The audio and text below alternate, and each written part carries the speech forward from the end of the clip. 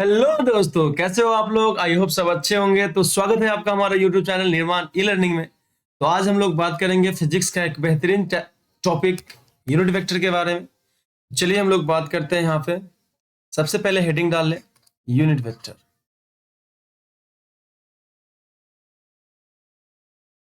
चलिए देखिए, unit vector मैं आपको ना शॉर्ट शॉर्ट में ही लेके चलूंगा कि क्या होता है, कैसे होता है।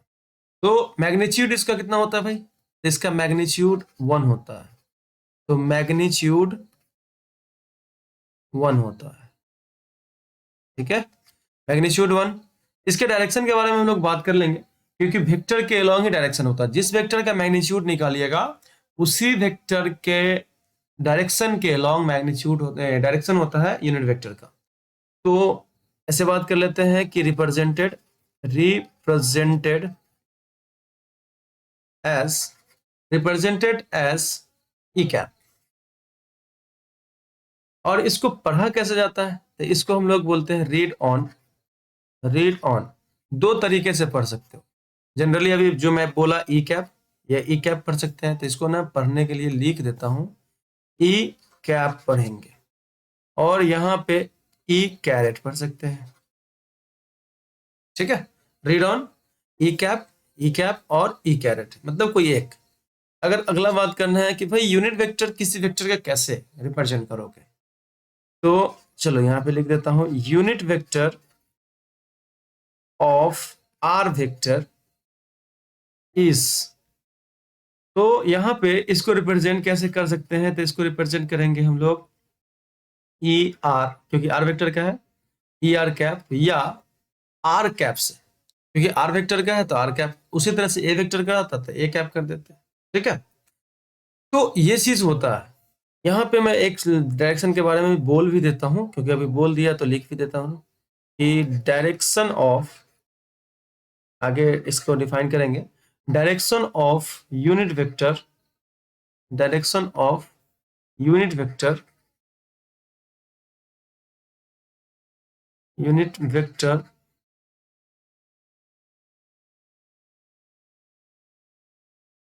along those vector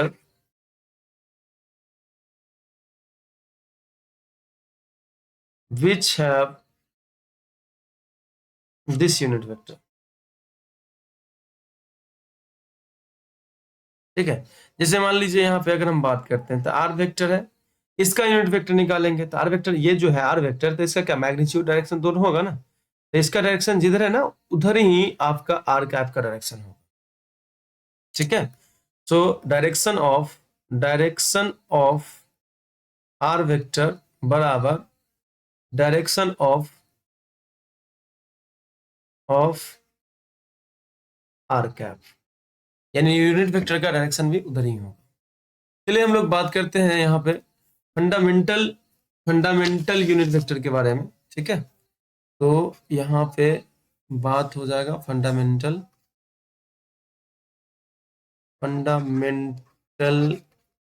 unit vector. Fundamental unit vector क्या होता है? तो भाई एक्स एक्सिस के तरफ क्या होगा, वाई एक्सिस के तरफ क्या होगा, उसके बारे में चलिए देखिए।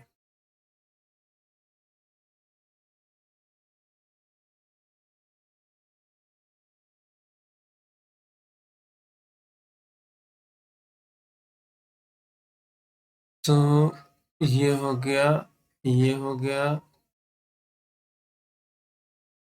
इसका पूंछ खींच दे रहे हैं, है ना।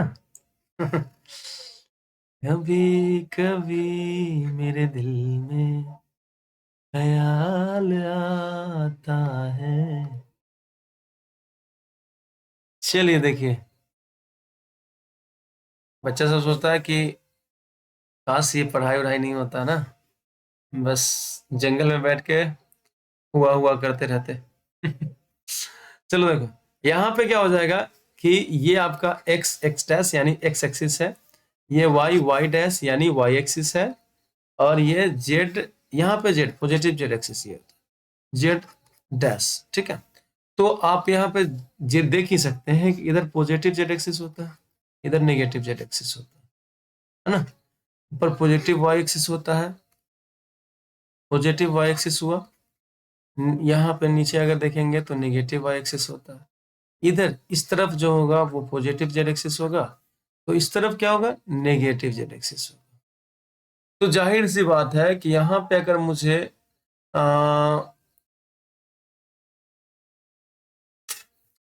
यूनिट वेक्टर लिखना हो, fundamental unit vector, x axis की तरफ फंडामेंटल यूनिट वेक्टर जो होता है ना वो आई कैप होता है, आई कैप। और नेगेटिव एक्स एक्सिस की तरफ माइनस आई कैप। उसी तरह से वाई एक्सिस की तरफ fundamental unit vector J cap होता है, और माइनस वाई एक्सिस की तरफ माइनस जे कैप होता है। जेड एक्सिस की तरफ के कैप होता है, और जेड डैश की तरफ माइनस के कैप होता है। आई होप आप लोग को समझ में आ गया होगा कि फंडामेंटल जो होता है यूनिट वेक्टर, ठीक है, वो कैसे होता है। चलो यहाँ पे ना आपको बताता हूं कि यूनिट वेक्टर का ये जो मैग्नीट्यूड 1 है वो कैसे आता है। चलिए देखिए, तो नेक्स्ट में हम लोग बात करेंगे यहाँ पे कि let A vector R vector. यहाँ पे आर वेक्टर ले लेते हैं, आर वेक्टर ले लेंगे, ठीक है। तो आर वेक्टर बराबर X I cap plus Y J cap plus Z K cap, ठीक है, जेड के कैप। यहाँ पे एक वेक्टर लिया गया। अब इसका मैग्नीट्यूड निकालना मैं आपको बता चुका हूं पहले से, ठीक है। तो यहाँ पे हो जाएगा then magnitude, then mod of R vector यानी magnitude root under X square plus Y square plus Z square, यही होता है। इसको इक्वेशन 2 मान लो। अब यहाँ पे क्या करेंगे कि equation 1 divided by equation 2, then R vector divided by mod of R vector. देखो 1 में कौन है, ये है ना आर वेक्टर, यहाँ पे मोड ऑफ आर वेक्टर, तो ये हो गया बराबर X I cap plus Y J cap plus Z K cap बटे root under X square plus Y square plus Z square. यहाँ पे क्या कर लेते हैं हम लोग, इसको अलग अलग कर लेते हैं, ठीक है। तो आर वेक्टर बटे मोड ऑफ आर वेक्टर बराबर एक्स बटे रूट अंडर एक्स बटे root under X square plus Y square plus Z square, ठीक है। और ये आई कैप था तो यहाँ पे आई कैप दे दिए प्लस वाई बटे root under X square plus Y square plus Z square, J cap था तो जे कैप दे दिए प्लस जेड बटे, यह हो जाएगा आपका, देखिए है ना, देखते रहना दिल थाम के, Y square plus Z square K cap. अब जाहिर सी बात है, एक आपको बताया गया था, यहाँ पे मैं बता देता हूं, पहले से भी जानते होंगे आप कि यहाँ देखिए, ठीक है, इसमें आप देखेंगे कि यहाँ पे एक क्या था, वेक्टर था। मान लीजिए ये वेक्टर था ऐसे, ठीक। और ये वेक्टर जो था तो यहां से इसके साथ एंगल अल्फा बनाया था, यहां से एंगल बीटा बनाया था, और इसके साथ एंगल जेड एक्सिस के साथ एंगल गामा बनाया था। तो इस पे इसका यहाँ कोऑर्डिनेट जो था वो आपका एक्स वाई जेड अगर है तो यहाँ से यहाँ परपेंडिकुलर खींचा गया था, याद होगा कुछ, ठीक है। नहीं तो आप पिछला वीडियो देख लीजिए। तो अगर ये परपेंडिकुलर खींचा गया तो इसका डिस्टेंस क्या हो जाएगा, एक्स हो जाएगा। अब यहाँ से ये जो वेक्टर है इसका लेंथ आपका था root under X square plus Y square plus Z square. तो बताओ कॉस अल्फा बराबर क्या हो जाएगा यहाँ पे, तो कॉस अल्फा बराबर हो जाएगा आपका एक्स बटे root under X square plus Y square plus Z square, B by H होता है ना, द बी बाई एच ये। उसी तरह से कॉस बीटा बराबर, तो कॉस बीटा बराबर क्या हो जाएगा भाई, तो कॉस बीटा बराबर हो जाएगा वाई बटे root under X square plus Y square plus Z square. और इसी बेस पे हम बात करने रहे तो कॉस गामा बराबर भी हो जाता है। यहाँ पे देखो ध्यान से, एक्स बाई रूट अंडर ये है लिखा हुआ, X by root under X square plus Y square plus Z square, तो इसके जगह पे हम कॉस अल्फा लिख सकते हैं, ठीक है, कॉस अल्फा। और ये देखो वाई, इसके जगह पे हम कॉस बीटा लिख सकते हैं, और इसके जगह पे कॉस गामा लिख सकते हैं। बात समझ में आ रहा है। तो यहाँ पे देखो क्या होगा। तो यहाँ पे मैं आर वेक्टर बटे मोड ऑफ आर वेक्टर बराबर cos alpha I cap plus cos beta J cap plus cos gamma K cap, ये लिख दिया। अब मैं इसका मैग्नीट्यूड निकालना चाहता हूँ। देखिए मैग्नीट्यूड निकालने के लिए क्या करते हैं, टेकिंग मोड। चलो लिख लेते हैं टेकिंग मोड, ठीक है, taking mode, mode of R H S. ये जो राइट साइड है उसका मोड ले लेते हैं। तो यहाँ पे आर एच एस लिख के, आर एच एस का मोड लेना है। तो मोड मतलब क्या, मैग्नीट्यूड, यानी cos square alpha plus cos square beta plus cos square gamma. अगर आप भूल गए हैं तो हम थोड़ा याद दिला दें, ठीक है। कि इतना बराबर, ये डायरेक्शन को साइन है, इतना बराबर क्या आता है भाई, एक आता है, आता है ना। तो कितना हो जाएगा, एक का रूट यानी एक आ जाएगा। तो आरएचएस का अगर मैग्नीट्यूड आप निकाले तो उसका मैग्नीट्यूड 1 आया। तो जाहिर सी बात है एलएचएस का भी मैग्नीट्यूड कितना आएगा, तो एलएचएस का भी मैग्नीट्यूड आपका 1 आएगा। तो इसी बेस पे मैं बात करूंगा यहाँ पे कि देख लीजिए यहाँ पे, since mode of RHS, mode of RHS, RHS बराबर 1, ठीक है। देन ये जो हो जाएगा R H S is unit vector, so L H S is also a unit vector, also a unit vector, that is यहाँ पे क्या हो जाएगा, इसको इस बेस में लिखेंगे आर कैप बराबर आर वेक्टर बटे मोड ऑफ आर वेक्टर, ठीक है। अगर चाहे तो आप इस फॉर्म में भी लिख सकते हैं, cos alpha I cap plus cos beta J cap plus cos gamma K cap. अब ध्यान से देखिए एक बात को, ये डायरेक्शन को साइन है, इसको एल कहा जाता है, इसको एम कहा जाता है और इसको एन कहा जाता है। तो आप ये भी लिख सकते हैं, ठीक है, आर कैप बराबर, ठीक है, आर वेक्टर बटे मोड ऑफ आर वेक्टर बराबर L I cap plus M M J cap plus N K cap, ठीक है। तो आपका ये भी होगा, sorry sorry sorry sorry sorry sorry, चलिए देखिए। तो आप यहाँ पे बात कर सकते हैं,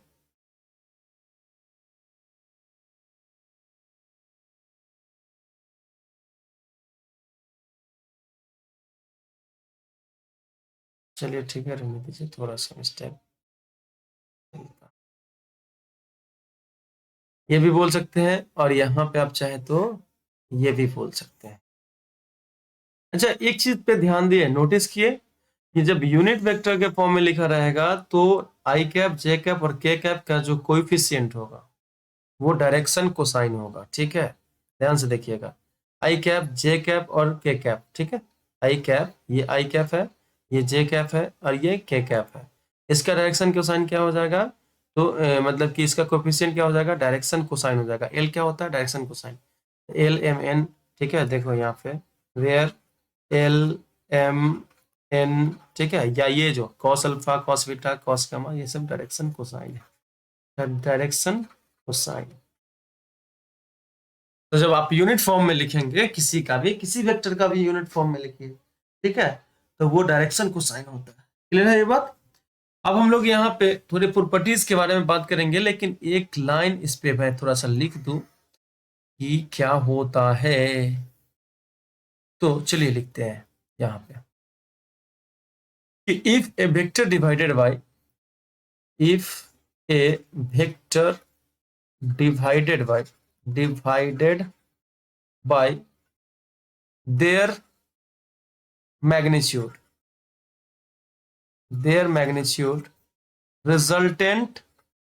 resultant will be unit vector. Resultant क्या हो जाएगा, यूनिट वेक्टर हो जाएगा। अगर उसी वेक्टर को, ठीक है, उसी वेक्टर को उसी के मैग्नीट्यूड से डिवाइड किया जाए, ठीक है, जो कि अभी मैंने बता दिया। देखो वेक्टर है, उसी के वेक्टर के मैग्नीट्यूड से डिवाइड किया गया, तो ये यूनिट वेक्टर बन गया। क्लियर है बात? चलिए देखें, तो यहाँ पे इसको इस तरह से थोड़ा सा संकेत भी कर लो।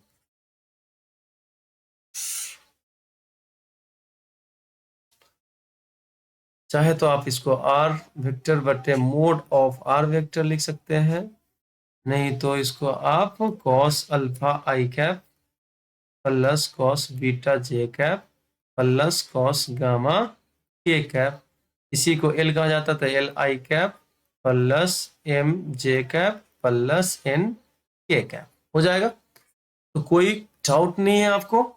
अगर डाउट भी है तो हम क्या कर सकते हैं बताओ? और भी नहीं करोगे तो क्या करेंगे? अरे कोई बात नहीं, क्लियर करेंगे। ये तो मजाक मजाक की बात है जो चलते रहती है, आपस में हम दोनों एक हैं, ठीक है। तो चलो अब हम लोग बात करेंगे प्रॉपर्टीज के बारे में। तो नेक्स्ट चैप्टर यानी नहीं, नेक्स्ट पेज में चलते हैं ना। चलिए ठीक है, तो यहाँ पे थोड़ा गड़बड़ कर दिया क्या लगता है? चलो ठीक है, आगे से कंटिन्यू करते हैं। प्रॉपर्टीज ऑफ यूनिट वेक्टर, तो यहाँ पे बोलेंगे properties of unit vector, unit vector का प्रॉपर्टी, ठीक है, यूनिट वेक्टर का प्रॉपर्टी। यहाँ पे देखो, सबसे पहले बात करेंगे एक नंबर में कि भाई किसी भी, ठीक है, if unit vector, if unit vector added with any vector, any vector, ऐसा भी चांस है, ऐसा नहीं कि हमेशा, बट चांस है, एनी वेक्टर रिजल्टेंट, इसलिए मैं भी लिखेंगे, ठीक है, रिजल्टेंट, रिजल्टेंट में बी यूनिट वेक्टर, रिजल्ट में भी यूनिट वेक्टर। जैसे देखो, दैट इज, यहाँ पे एग्जांपल नंबर ए देख लेते हैं कि यदि ए वेक्टर इज नल वेक्टर, अगर ए वेक्टर क्या है? नल वेक्टर है, ठीक है। तो नल वेक्टर मतलब क्या? मैग्नीट्यूड इसका 0 प्लस यहाँ पे आई कैप बराबर क्या हो जाएगा? तो आई कैप ही होगा। अगला एग्जांपल देखते हैं, if A vector equal to 2 I cap added with minus I cap, अब बताइए यहाँ पे क्या हो जाएगा? तो हो जाएगा आपका, देखिएगा ध्यान से, ए वेक्टर प्लस आई कैप, और ए वेक्टर यहाँ पे कितना है? Sorry, plus minus I cap, तो यहाँ पे वेक्टर है 2 I cap minus I cap, यानी आ गया कितना? आई कैप। ये भी था आपका यूनिट वेक्टर, ये भी आपका यूनिट वेक्टर। उसी तरह से अगर मैं बात कर लूँ सी में, ठीक है, देखो ध्यान से बात करते हैं कैसे, कि if unit vector, unit vector J vector added, added with A vector equal to I cap minus J cap, अगर इस वेक्टर के साथ ये जोड़ते हैं तो क्या होगा? मैग्नीट्यूड, मतलब आएगा क्या? रिजल्टेंट कौन सा वेक्टर आएगा उसके बारे में। देखो ध्यान से, आर वेक्टर बराबर, यहाँ पे रिजल्टेंट वेक्टर के बारे में बात कर रहे हैं, ए वेक्टर में कौन जोड़ा गया है? जे कैप, तो ए वेक्टर कितना है भाई? इतना के बराबर, तो हो जाएगा आपका आई cap minus J cap plus जे कैप, जे कैप का जे कैप का क्या हुआ? खत्म कहानी, आ गया ये यूनिट वेक्टर। ये भी आपका यूनिट वेक्टर है, वो भी आपका, ये भी आपका यूनिट वेक्टर है, ठीक है। क्लियर बात समझ में आ गई कि नहीं आई? चलिए अब हम लोग यहाँ पे दूसरा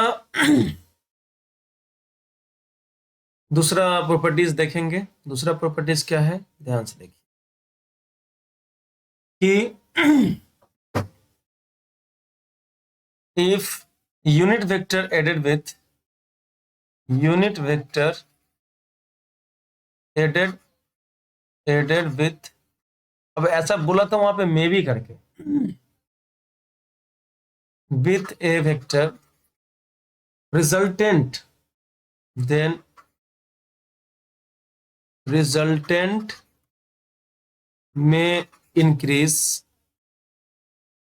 इंक्रीज और डिक्रीज बाय 1, ठीक है, एक से 1 यूनिट, और लेस देन 1 यूनिट, देन लिखेंगे इसको, लेस देन 1 यूनिट। कहने का मतलब कि कभी देखो, अभी मैंने थोड़ा देर पहले बताया यहाँ पे कि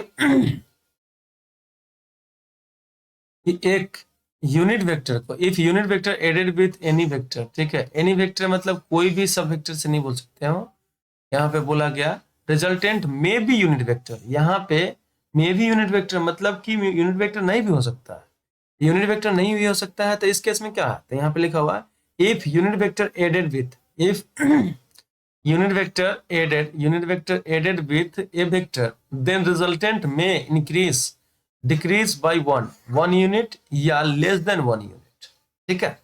चलो मैं आपको ये बात समझाता हूं,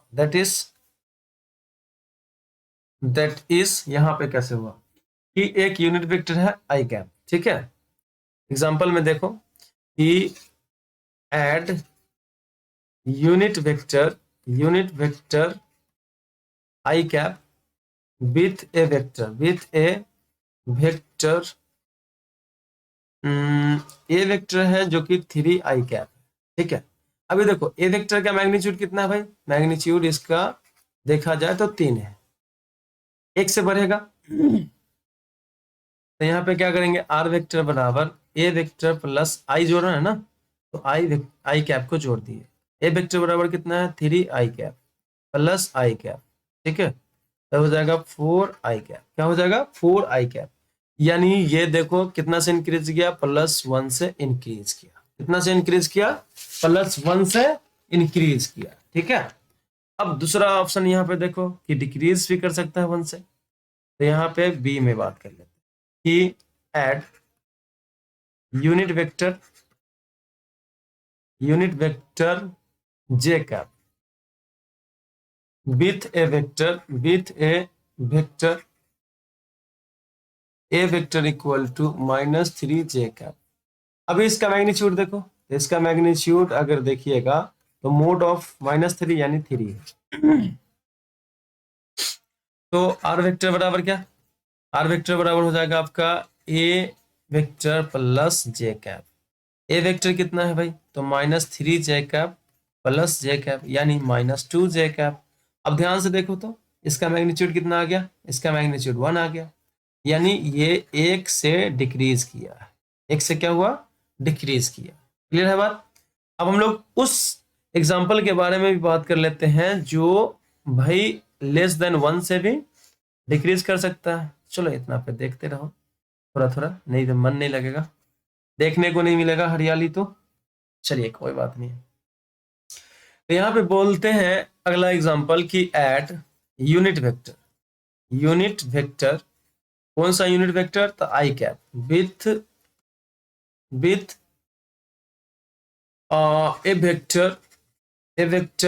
ए vector equal to 3 j cap, ठीक है, ये लिखा हुआ, वहां पे अलग था, यहाँ पे अलग है कंडीशन। देन रिजल्टेंट क्या हो जाएगा, देन रिजल्टेंट आर वेक्टर बराबर हो जाएगा आपका ए वेक्टर प्लस आई कैप, ए वेक्टर बराबर क्या है 3 j कैप, अब आई कैप को पहले लिख दो नहीं तो रूट जाएगा ना, तो फिर मनाना पड़ेगा इसको। चलिए देखिए अब इसका मैग्नीट्यूड निकालते हैं, अभी इसका मैग्नीट्यूड कितना भाई, तो इसका मैग्नीट्यूड जो है वो आपका 3 है, मैग्नीट्यूड कितना है 3 है। अब इसका मैग्नीट्यूड निकालोगे तो मोड ऑफ आर वेक्टर बराबर √1 का स्क्वायर प्लस 3 का स्क्वायर, ये हो जाएगा 1 का स्क्वायर 1, 3 का स्क्वायर 9 यानी √10, और √10 अगर देखेंगे हम लोग वैल्यू निकालते हैं यहाँ पे तो लगभग हो जाएगा इसका 0.14, ठीक है, सॉरी 0.14 नहीं होगा, 3 तो हो जाता ना, 3.0041414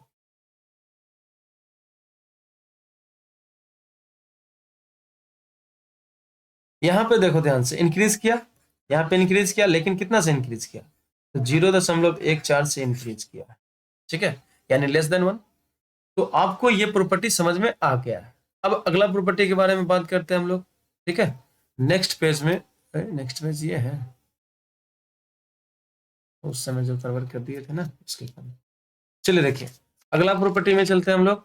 यहाँ पे अगला प्रॉपर्टी क्या है, प्रॉपर्टी नंबर 3, प्रॉपर्टी नंबर 3 कि if A numbers of vector, if numbers of vector, बहुत सारा vector, numbers of vector, vector are acting, are acting along,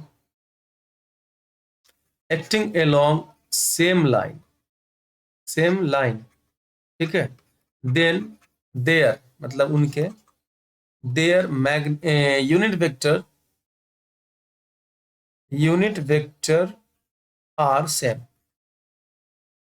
are same, समझिएगा ध्यान से। जैसे देखो यहाँ पे अगर मैं बात करूं, चलो इसी को ले लेता हूं।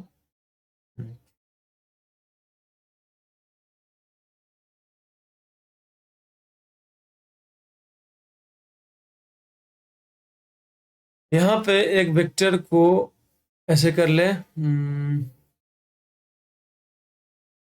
ये एक वेक्टर है, बट एक ही वेक्टर नहीं है, यहाँ पे बहुत सारा वेक्टर है। तो मैं बोल देता हूँ कि यहाँ पे मैं आपको ए बोल देता हूँ, यहाँ पे ए, यहाँ पे बी बोल देता हूँ,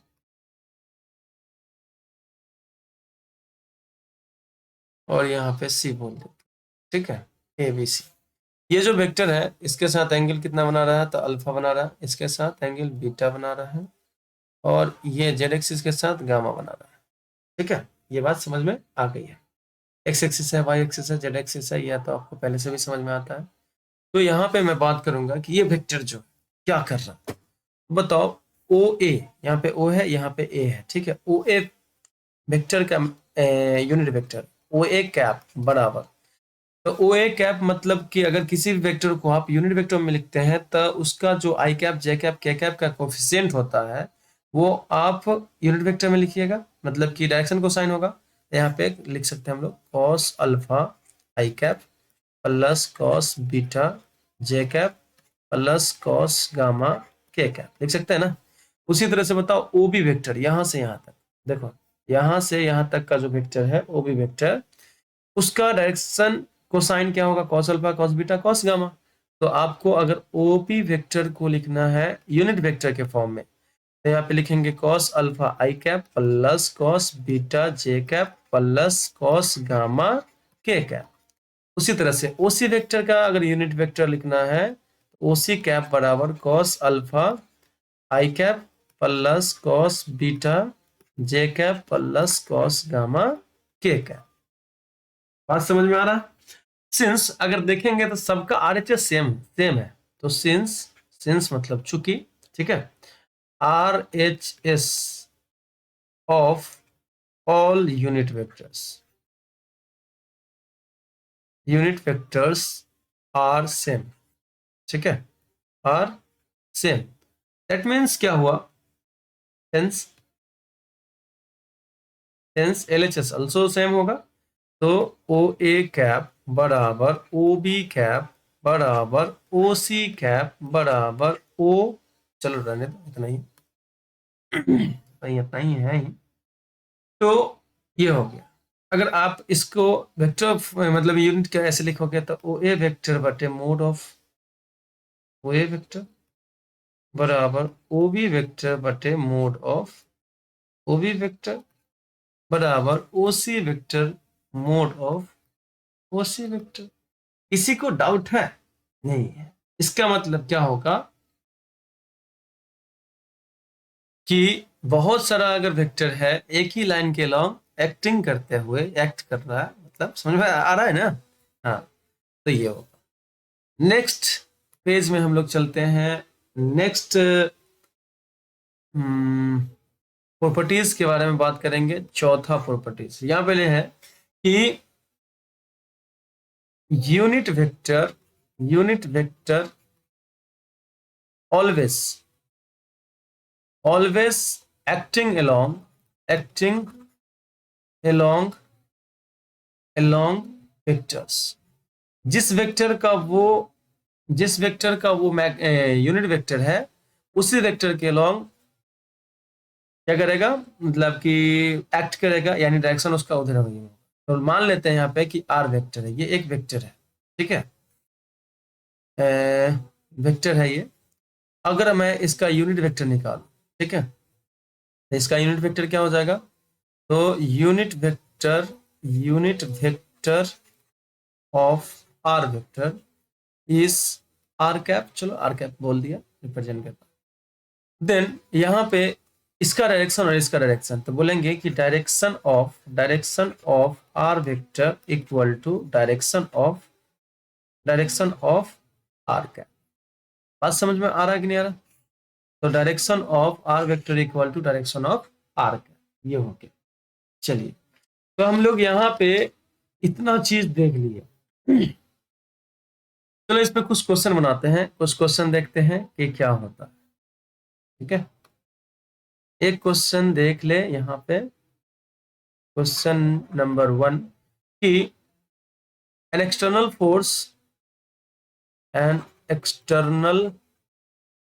फोर्स 20 न्यूटन, ठीक है। चलो इसको F बराबर 20 न्यूटन, F बराबर 20 न्यूटन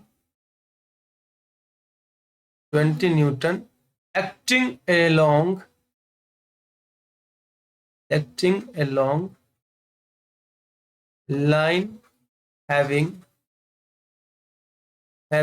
direction cosines